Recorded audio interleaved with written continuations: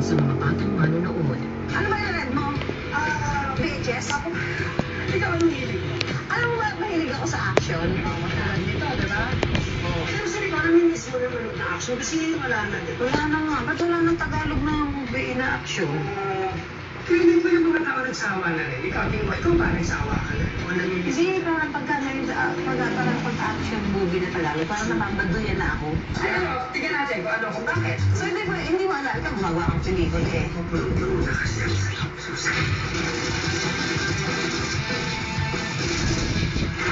I wonder. Diba?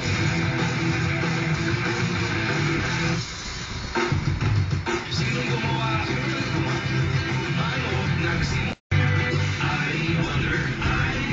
Tanong ni Juan, bigyan ng kasagutan. I wonder. Tanong ni Juan, bigyan ng kasagutan. I wonder.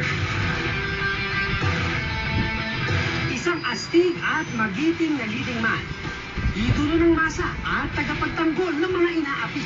Hirap man sa buhay, siya'y may prinsipyo at may paninindigan. Ang kanyang get-up, kulang kung wala ang trademark ng jacket na mao. Isang maganda at sexy leading lady na siyang nagbibigay suporta at inspirasyon sa ating bidang lalaki. Yun nga lang, lagi siyang hostage ng kontrabidang may bigote. Boss, wala na sabi ko. Sige, sawahin nyo. Nariyan din ang kanyang mga boots na kung tawagin niya ay...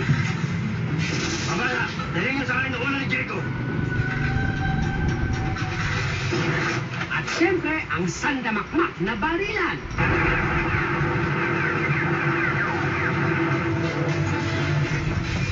Habulan. Ito raw ang mga elementong hindi nawawala sa isang Pinoy action movie. Kaya ka nang kawala, Jericho. Ililibing kita gamit ang aking mga kamay. Sama naman namin sa truck. Tatapusin na kita. Sinasabing taong 19... Isa-set up. Sa pagpasok ng dekada 80, tuluyang lumatsyada sa takilya ang mga pelikulang bakbakan. So, yung mga ordinaryong tao na-recruit ba sa matalumpil na sistema authoritarianismo ni Marcos at ng kanyang asawa at naghahanap ng isang imahinasyon kung saan ay meron silang relief o break mula sa kanilang pangakit. Nakita nga nila ito sa mga pelikulang aksyon na namayagpang noong panahon na yun. Umani ng kakaibang reaksyon galing sa kanyang mga tagahanga. Nagalit yung mga Muslim brothers na nanonood sa sine. Kaya from then on, hindi na siya namamatay sa pelikula. Di nabutan ang kasikatan ni Dakim. Kapag puno na sa loob, dapat na kalos.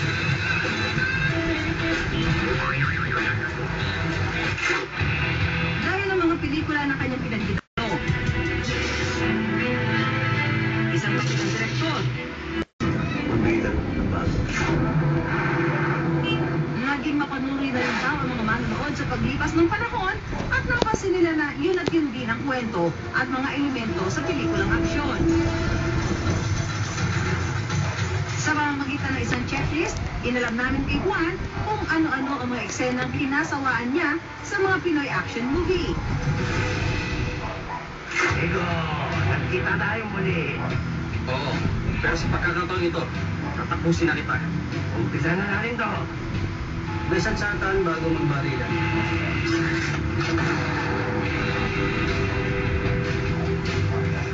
Diego, tama mo na. Huwag mo ko patayin. Hindi ka nagtawad sa bala ko.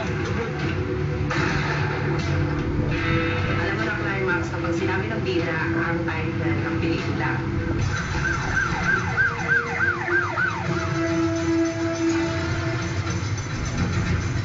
Yung mga pulis, wala yung kaparating.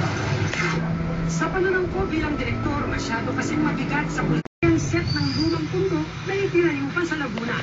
Black and white din daw ang buong pelikula para magmukha itong kinuna noong 1940s. Sa ngayon, hindi tiyak kung mainit ba ang magiging pagtanggap ng mga manonood sa pagbabalik ng pelikulang aksyon. Masyado nang matagal ang pananahimik ng Pinoy action movies. Kaya gaya ni Jan at marahil maging ng lahat ng mga dating action stars, stuntmen at sa mga taong nasa likod at labas ng kamera, umaasa ang marami na ito na sana ang unang hakbang para sa inaabangang pagbangon ng Pinoy action movies. Ano sa ay, kasi may mga isinilang pang mga action star, nagkaroon ka ng action kids. Yan, di ba? Kasama na rin siguro nga saan yan, di ba? Para lahat.